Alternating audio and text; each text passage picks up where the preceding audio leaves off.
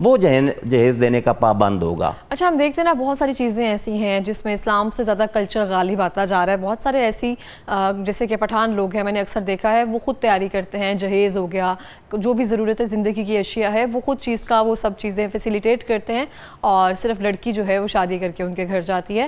تو کلچرل چیزیں مجھے لگتا ہے زیادہ حاوی ہو گئی ہیں۔ اگر ہم اسلامک پوائنٹ آف ویو سے بات کریں تو اسوہ حسنہ پر اگر ہم عمل کریں، سنت نبی صلی اللہ علیہ وآلہ وسلم پر اگر ہم عمل کریں تو سب چیزیں مجھے لگتا ہے شفاف ہیں۔ بالکل جی، آپ کی اس بات کو میں انڈورس کرتا ہوں۔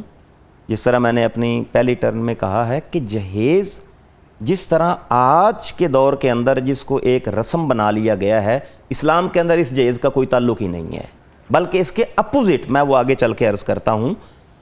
جو بچہ جس کے ساتھ جس لڑکی کی شادی کی جا رہی ہے، وہ ہمیں صحابہ اور تابعین کے زمانے میں یہ چیزیں ملتی ہیں کہ اگر کسی لڑکی کی شادی ہو رہی ہے تو جو اس لڑکی کے ساتھ جس کی شادی کی جا رہی ہے مرد، وہ جہیز دینے کا پابند ہوگا۔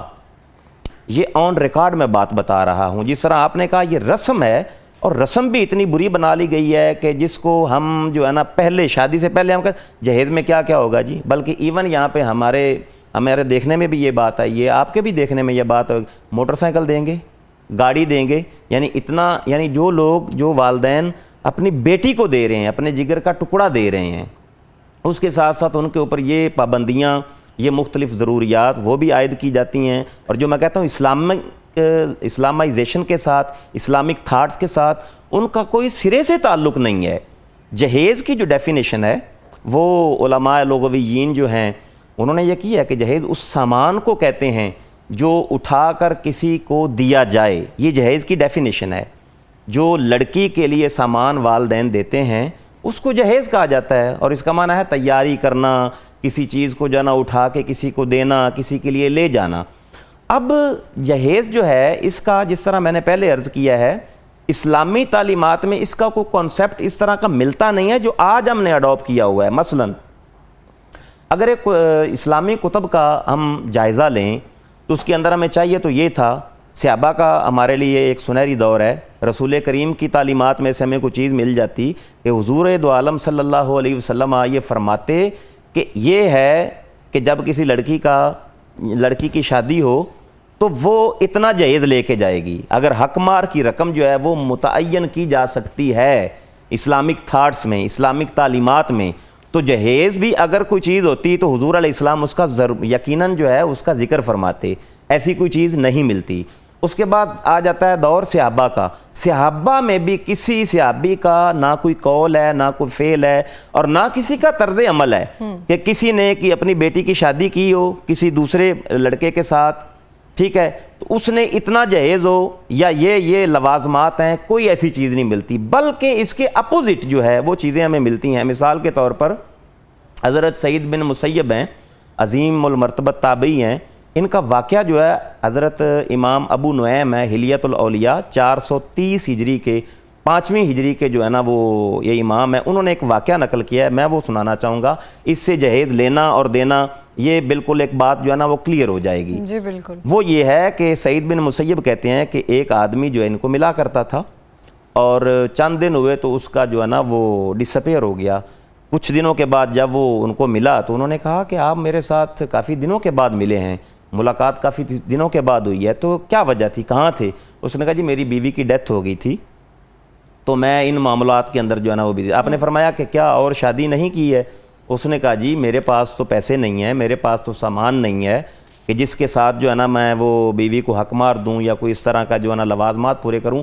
تو آپ نے اپنی بیٹی کے ساتھ اس کو صرف چند درم کے بدلے حق مہر دے کر یہ بات لوگوں کو بتا دی کہ جہیز دینا یہ اسلامائزیشن کے جو تھاٹس لوگوں کے اندر قائم ہو گئے ہیں وہاں یہ بالکل سرے سے ملتا ہی نہیں ہے۔ اگر جہیز دینا کو ضروری ہوتا تو آپ ایک غریب بندے کو جو ہے نا اپنی بیٹی کا رشتہ دیتے۔ چلیں یہی بات ہے۔ پھر یہاں پہ ایک امام ہوئے ہیں 5ویں صدی کے علامہ ابن حزم۔ تمام جو لوگ ہیں علماء ہیں اسکالرز ہیں وہ ان سارے جو ہے نا وہ اس علامہ صاحب کو جانتے ہیں۔ انہوں نے پرٹیننٹ اس بات کو واضح کیا ہے کہ لا تجوز للمرأۃ للتجہیز، کہ عورت کے اوپر جہیز کو لازم قرار دینا یہ جائز ہی نہیں ہے۔ اب دیکھیں نا جو فقہا ہیں جو جنہوں نے اسلامی تعلیمات کو اپنی کتب کے ذریعے لوگوں کے اندر سپریڈ کیا ہے، اسلامی تعلیمات کو دنیا کے کونے کونے میں پھیلایا ہے، وہ یہ کہتے ہیں کہ لا یجوز ان تجبر المرأۃ علی ان تتجہز الیہ بشیء، انسان جس کے ساتھ عورت کی شادی ہو رہی ہے عورت کو جہیز لانے پر مجبور نہ کیا جائے۔ اب یہ تو ہوگا آن دا ادر ہینڈ، جہیز لے کے آنا اس طرح کا کوئی اسلامک جو ہے نا وہ تعلیمات نہیں ہے، اسلامک تھاٹ میں اس طرح کی کوئی چیز ملتی ہی نہیں ہے۔ یہ علماء کی فرض جو ہے نا ان کے اوپر فرض عائد ہوتا تھا کہ وہ یہ بات بتاتے کہ یہ جو ایک نامناسب ایک روایت جو ہے، ایک رسم جو ہے اور ایک کلچرل جو ہیبٹ ہے جو ریویل کر رہی ہے، اس کے کلا کما کے لیے وہ ان تعلیمات کو لوگوں کے سامنے رکھیں۔ نبی پاک صلی اللہ علیہ وسلم نے جیسے آخری خطبۃ الحجۃ الوداع میں یہ چیز فرما دی تھی کہ میں نے تم پر دین مکمل کر دیا۔ اگر قرآن پاک دیکھا جائے ایک ایسی کتاب ہے جس میں دنیا کے کسی بھی شعبے سے ہر طرح کی معلومات جس میں آپ کو پرابلم ہو وہ سب چیزیں موجود ہیں۔ جتنا علماء مجتہدین ہیں یا فقہاء ہیں، جتنے بھی لوگ ہیں، فقراء گزرے ہیں، ہر چیز نے اپنی تعلیمات کے ذریعے بہت ساری چیزیں واضح کر دی ہیں۔ اب ہم آتے ہیں آج کل کے معاشرتی دنیا پر۔ ہم نے پتہ ہے کہ بہت ساری جگہوں پر ہم اسلامک پوائنٹ آف ویو سے چیزیں نہیں لے کر چلتے ہیں، جہاں پہ ہمارا فائدہ ہوتا ہے ہم وہاں سے اسلام کے ساتھ تھوڑا نہ تھوڑا اپنے آپ کو جوڑ لیتے ہیں۔ ہمیں لگتا ہے متشابہ آیت جیسے ہوتی ہے نا، جہاں پہ ہمارا فائدہ ہے ہم وہاں سے پکڑ لیتے ہیں بات کو۔ آج کل کے معاشی دور میں اگر ہم دیکھیں، ہم منع کر رہے ہیں، ہم بتا رہے ہیں، ہم یہ کہہ رہے ہیں کہ جہیز نہیں لینا دینا، جہیز نہیں اس طرح سے کرنا چاہیے، بچیوں کو یہ چیز سکھانی چاہیے، بیٹوں کو یہ چیز سکھانی چاہیے، پھر بھی ہم اس میں لگے ہوئے۔ اس کی روک تھام کے لیے ہم کیا کر سکتے ہیں؟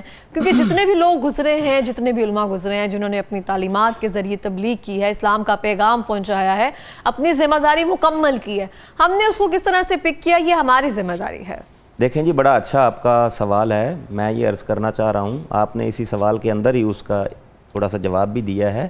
جہاں سے ہمیں اسلام کی تعلیمات آسان اور سہل لگتی ہیں ہم ان کو اڈاپٹ کر لیتے ہیں، اور جہاں سے ہمیں ظاہری طور پر لگتا ہے کہ اسلامی تعلیمات ہمارے اگینسٹ ہے، وہ ہماری کم عقلی ہے، کم فہمی ہے، کم جو ہے نا وہ کجی ہے فہم و فراست میں، وہ بھی ہمارے فائدے ہی کے لیے ہوتی ہیں، لیکن ہمیں وہ ایسے لگ رہا ہوتا ہے کہ وہ تعلیمات ہمارے اگینسٹ ہیں، اس لیے ہم ان تعلیمات کو اوپر ایکٹ اپون کرتے ہوئے ہم جھجکتے ہیں، ہمیں پرابلم ہوتی ہے۔ اور میں یہ سمجھتا ہوں کہ یہ وہ چیزیں ہیں کہ جو یہود و نصارہ کرتے تھے، جو چیزیں آسانی ہیں وہ ان کو اڈاپٹ کر لیں۔ تو بینگ اے مسلم، من حیث المسلم، ایک بندہ مومن جو ہے جو اللہ اور اس کے رسول کی رضا کے لیے اسلامی تعلیمات کے اوپر عمل کرتا ہے، میرا خیال ہے کہ اس کا یہ جو ایکشن ہے، اس کی یہ وہ طرز عمل زندگی کا وہ بالکل نہیں ہوتا ہے۔ وہ ہر مقام پہ ہر وجہ سے اسلامی تعلیمات کو ہی اڈاپٹ کرتا ہے، یہ نہیں سمجھتا کہ یہ میرے ظاہری طور پر اگینسٹ ہے۔ مثلاً اب حق مہر ہے، وہ جتنا چاہے کوئی دے اپنی حسب بساط، اپنی طاقت کے مطابق، لیکن جو جہیز ہے جو ہمارے آج کے پروگرام کا ٹاپک ہے، وہ کتنے والدین ہیں جن کی بیٹیاں ان کے گھروں میں بیٹھی ہیں صرف اس وجہ سے کہ ان کے پاس جہیز افورڈ نہیں وہ کر سکتے ہیں۔ میں یہی آپ سے پوچھنا چاہ رہی ہوں، اس سلسلے میں ہم کیا کر سکتے ہیں؟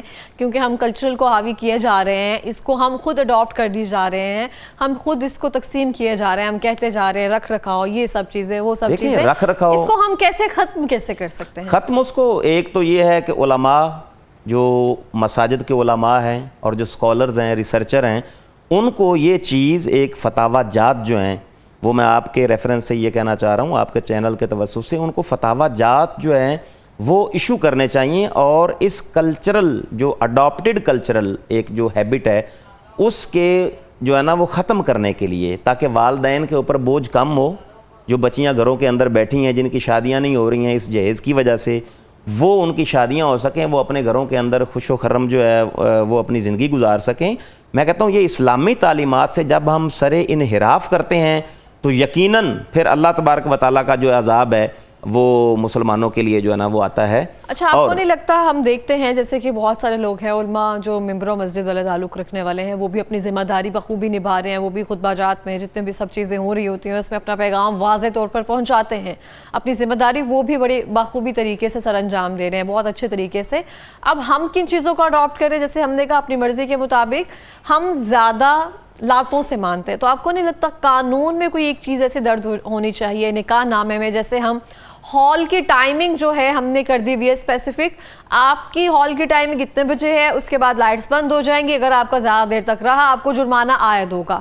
تو ہمیں پتہ ہے ہمیں 50,000 روپے جرمانہ دینا پڑے گا, ہمیں اتنے پیسے وہاں پہ لگانے پڑیں گے. تو ہم کہیں نہ کہیں قانون کے ڈر سے, ہمیں پتہ ہے FIR ہو جائے گی, ہم رک جاتے ہیں. تو آپ کو نہیں لگتا کہ ہمیں حکمن کوئی چیز فتوے کے تھرو ہمیں کوئی چیز کرنے سے زیادہ جہاں پہ جرمانہ لگ جائے, جہاں پہ یہ چیز واضح ہو جائے کہ آپ اتنی ہی پیسوں میں بچی کو جو دینا چاہیں اپنی مرضی سے دے سکتے ہیں, کیونکہ کلچرل چیز ہے, ختم تو ہو نہیں سکتی ہے. تو آپ اتنا ہو جائے, ایک رقم جو ہے وہ تعین کر دیا جائے, اس سے زیادہ آپ اپنی بچی کو نہیں دے سکتے ہیں. اگر ایسا کیا جائے تو آپ کے نزدیک کچھ بہتری آ سکتی ہے؟ ڈیفینیٹلی میں وہی عرض کر رہا ہوں, پچھلی ٹرن میں بھی میں نے عرض یہی کیا کہ فتاوی جات اسلامی نظریاتی کونسل کے اندر جو ہے نا وہ پہنچائے جائیں, علماء مل بیٹھیں, ایک جو قانون ہے, ایک آرڈیننس ہے, وہ ایشو کیا جائے اس کے اوپر, ٹھیک ہے. اور پھر اس میں بھی جو سوسائٹی ہے, کیا لیول ہے خاندان کا جس کی شادی ہو رہی ہے بچی کی, تو اس سوسائٹی کو مد نظر رکھتے ہوئے جو ہماری ایک جو ہے نا متوسط سوسائٹی ہے, ایک آرڈیننس ایشو کیا جائے جہیز کے حوالے سے. تو میرا خیال ہے لوگ اس کو فالو کریں گے. تو یہ ایک جو گنجلک ایک معاملہ ہے لوگوں کے اندر, وہ ایک میرا خیال ہے جو نا مسئلے کا حل ہوگا. اور پھر علماء کو بھی یہ بات, جس طرح آپ کہہ رہی ہیں, میں نے نہیں سنا یہ علماء جو ہے نا یہ کہتے ہیں, ٹھیک ہے کہتے ہوں گے, لیکن میں نے ایٹ لیسٹ نہیں سنا ہے کہ یہ ایٹ لیسٹ کہنا چاہیے کہ لڑکی کے اوپر, ان کے گھر والوں کے اوپر جہیز دینا یہ والدین کا فریضہ نہیں ہے. بلکہ میں نے جس طرح میں نے ایک ایویڈنس دی ہے علامہ ابن حزم کی, وہ فقیہ ہیں, وہ کہتے ہیں کہ لا یجوز للمرأۃ ان تجبر, عورت کو آپ انفورس نہیں کر سکتے ہیں, اس کے والدین کو آپ فورس نہیں کر سکتے ہیں کہ وہ جہیز لے کے آپ کے گھر آئے. یہ میں نے ایک ایویڈنس دے دی ہے. اس کے مطابق اور کئی ایویڈنسز ہیں جو اس بات کے اوپر جو ہے نا وہ اس بات کو انڈورسمنٹ کرتی ہیں کہ جہیز دینا بچی کی یا بچی کے گھر والوں کی ذمہ داری نہیں ہے. ٹھیک ہو گیا. لاسٹ منٹ میں کوئی پیغام دینا چاہیں گے؟ لاسٹ منٹ میں ڈیفینیٹلی یہی ہے کہ دیکھیں, شادی بیاہ لوگوں کے جو ہے نا وہ اسی وجہ سے موسٹلی جو ہے نا وہ ڈسٹربنس جو ہے نا وہ کریٹڈ ہیں ہمارے معاشرے میں, ٹھیک ہے. ہمیں دیکھنے میں بھی آتا ہے, سننے میں بھی آتا ہے. تو آپ کے توسط سے, آپ کے چینل کے توسط سے میں بس یہی کہوں گا کہ اسلامی تعلیمات جو ہیں ان کو اڈاپٹ کرنے میں ایک سادہ لو انسان آرام کے ساتھ زندگی گزار سکتا ہے.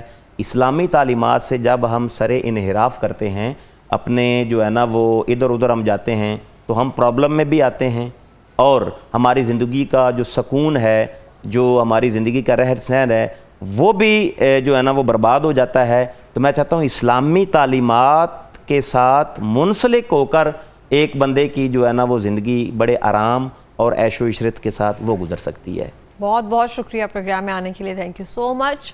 اور اسی کے ساتھ میں بھی کہنا چاہتی ہوں کہ ہمیں اپنے آپ کو بذات خود ہمیں سمجھانے کی ضرورت ہے کہ ہم جس طرح سے آگے بڑھتے جا رہے ہیں ہم اس طرح سے لالچی ہوتے جا رہے ہیں.